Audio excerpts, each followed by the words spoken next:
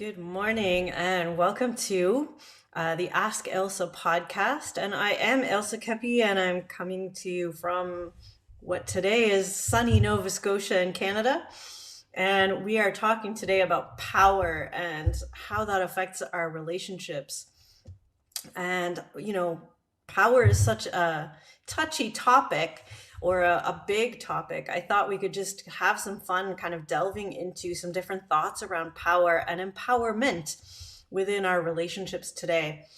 If you would like to follow up and find out more about me and my work, you can see my website, pleasureforhealth.com.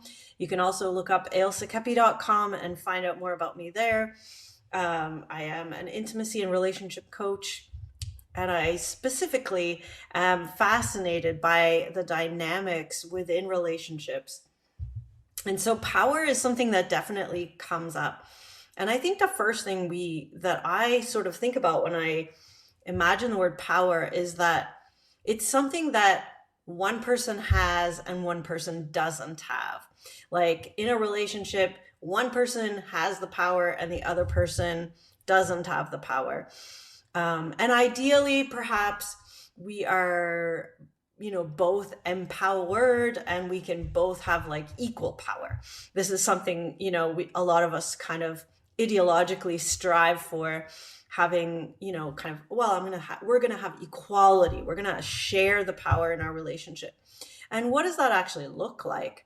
Because honestly, most of us don't even realize when we are in the up power position or the down power position, if you want to use those words. And when do we give up our power? When are we taking the power, without consent? And all of those nuances of around power.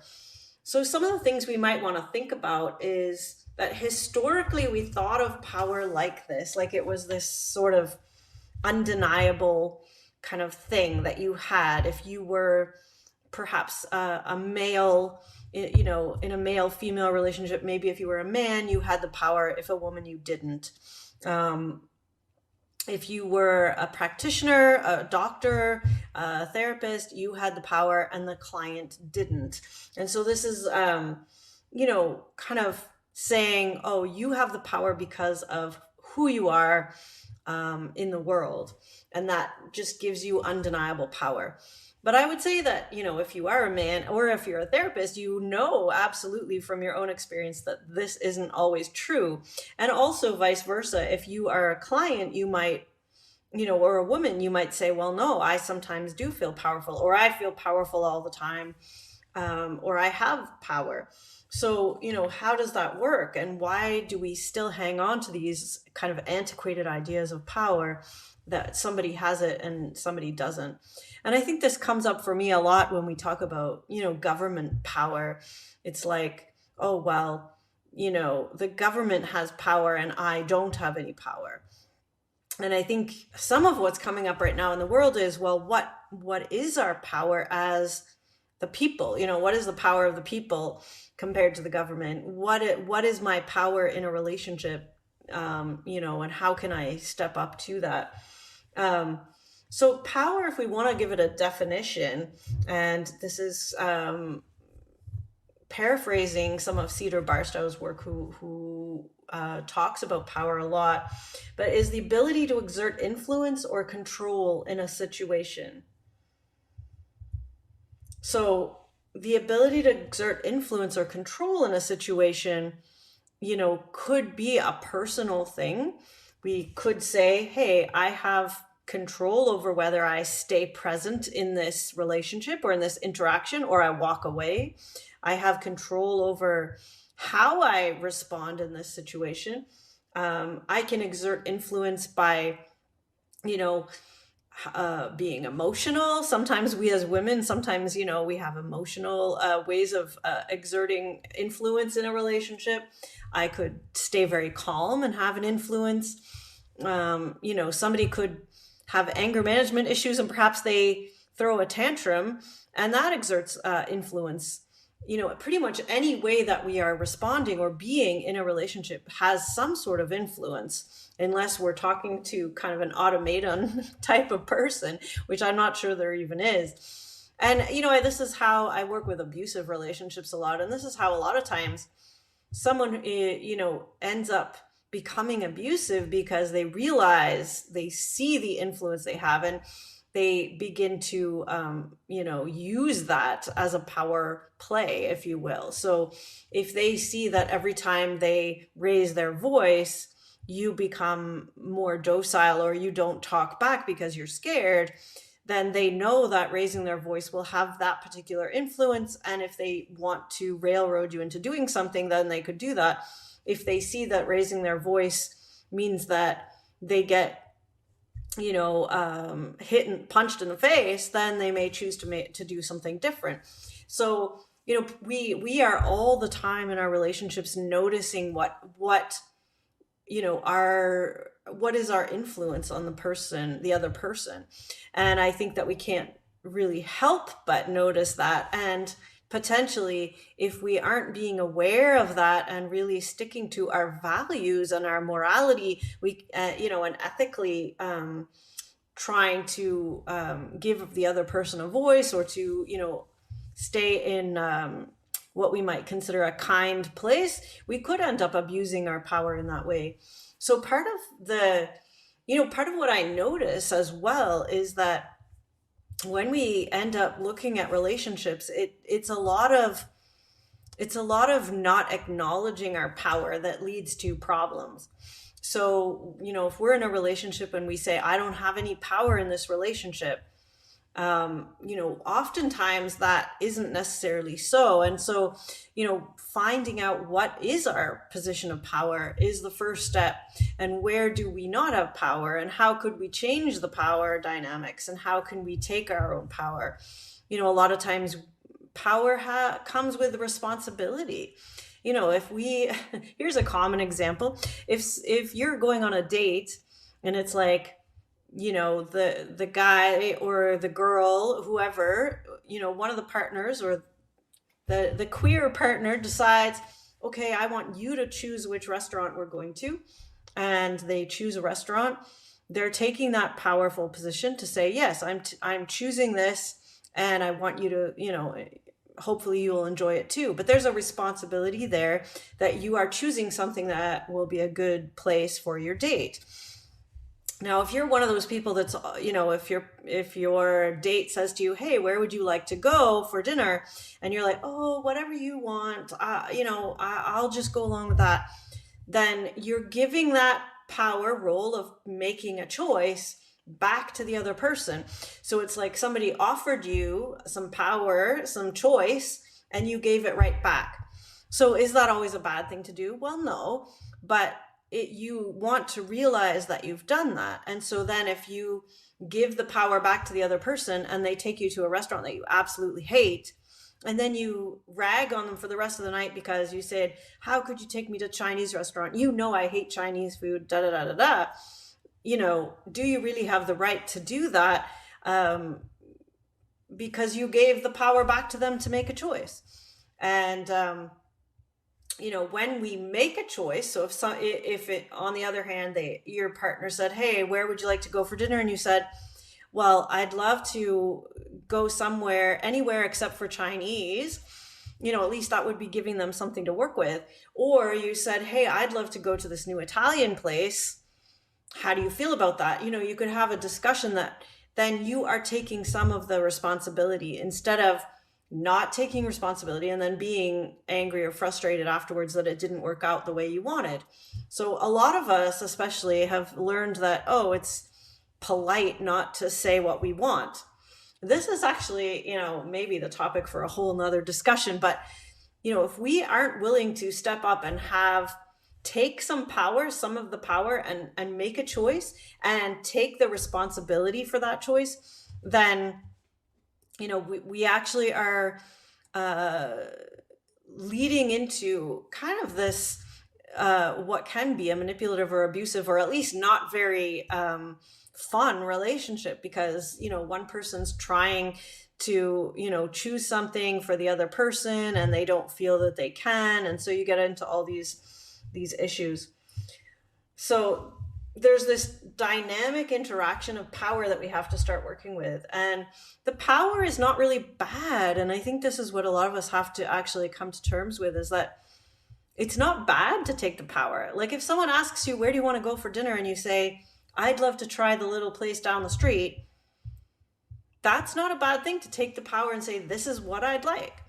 And if your partner is also empowered to say, that sounds like a great idea, I'm totally on board with that, now you can both go and have a really great night and feel that equality, feel that like we made a choice to go do this. In terms of government, we might say, the government is choosing to do something, and we vote, or we take some action, we protest, or we do whatever.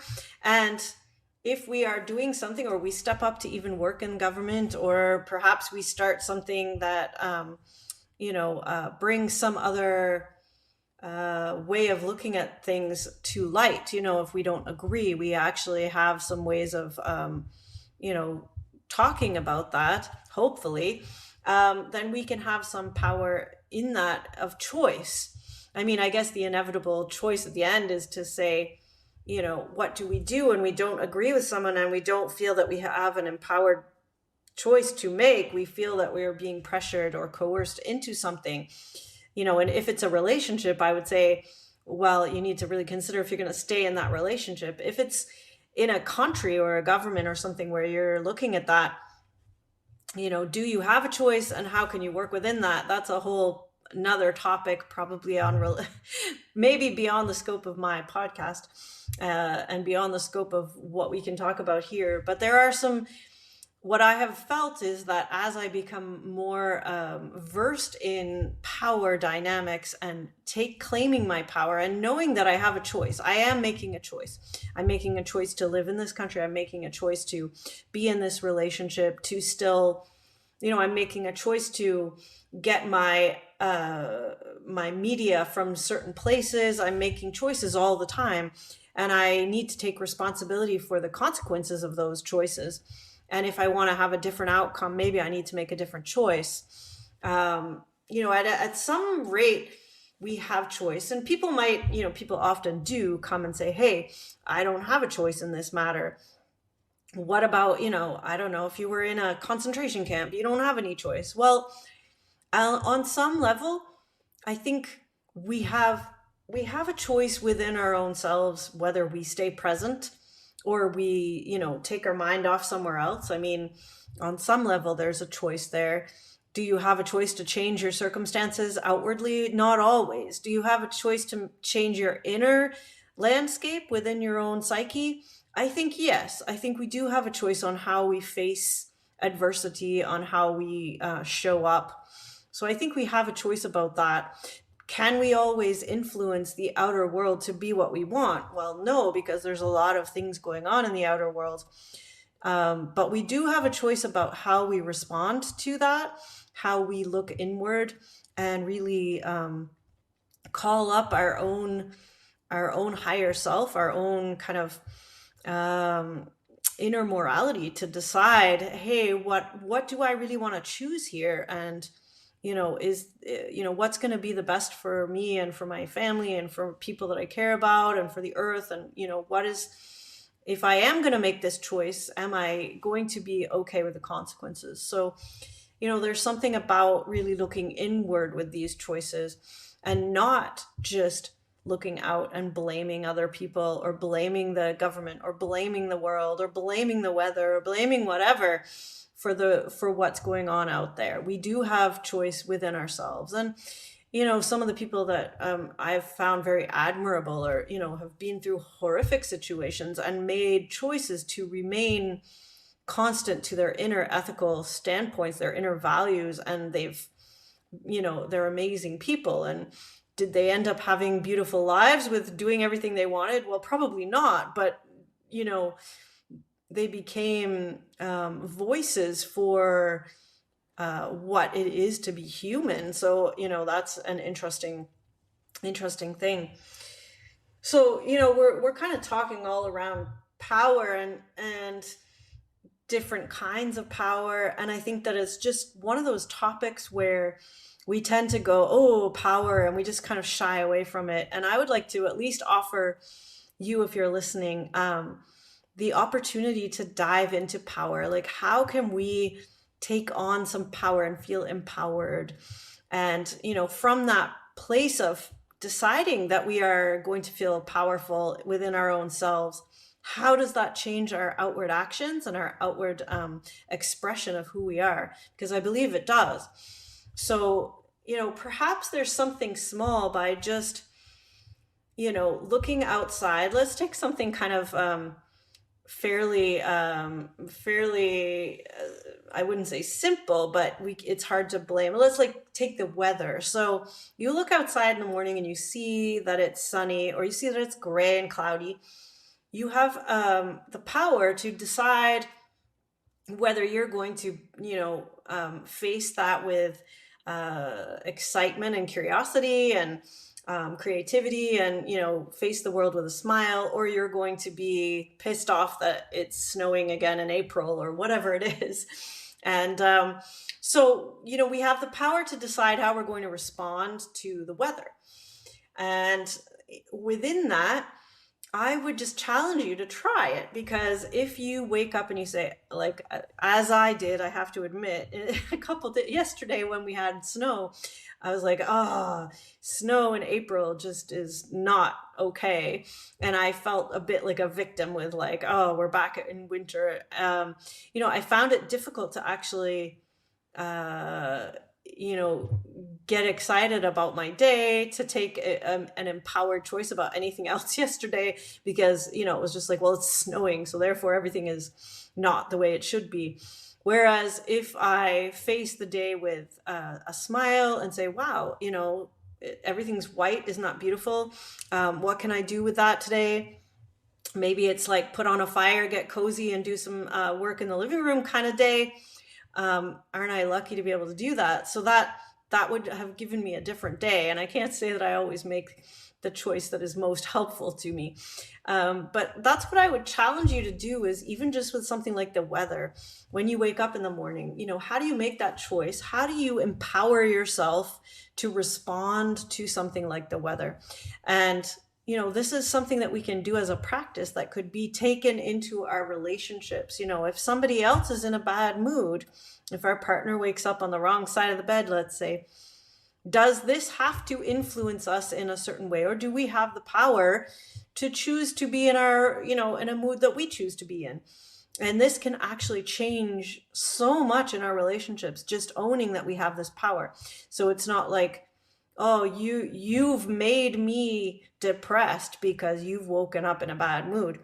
Well, no, nobody's made anything. We can actually decide to do our, to have our own experience. And, does that mean that we say, no, look, you have to be cheerful all the time? Well, no, but it means we have our own empowerment to decide how we want to respond to that.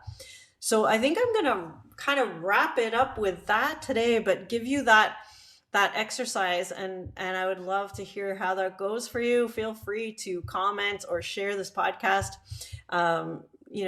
Talk about it with your friends, see what your experience of power is, and power sharing and power taking and power giving kind of roles, as you work on this in your own relationships. And as I said, you can find out more about me in my programs. I have one on radical responsibility, the power of choice, on my website, pleasureforhealth.com. If you want to dive into some of the reasons we find it difficult to take empowered choices and to make those kinds of things. So check that course out, and I would love to hear from you. We will see you all soon on the Ask Ailsa podcast.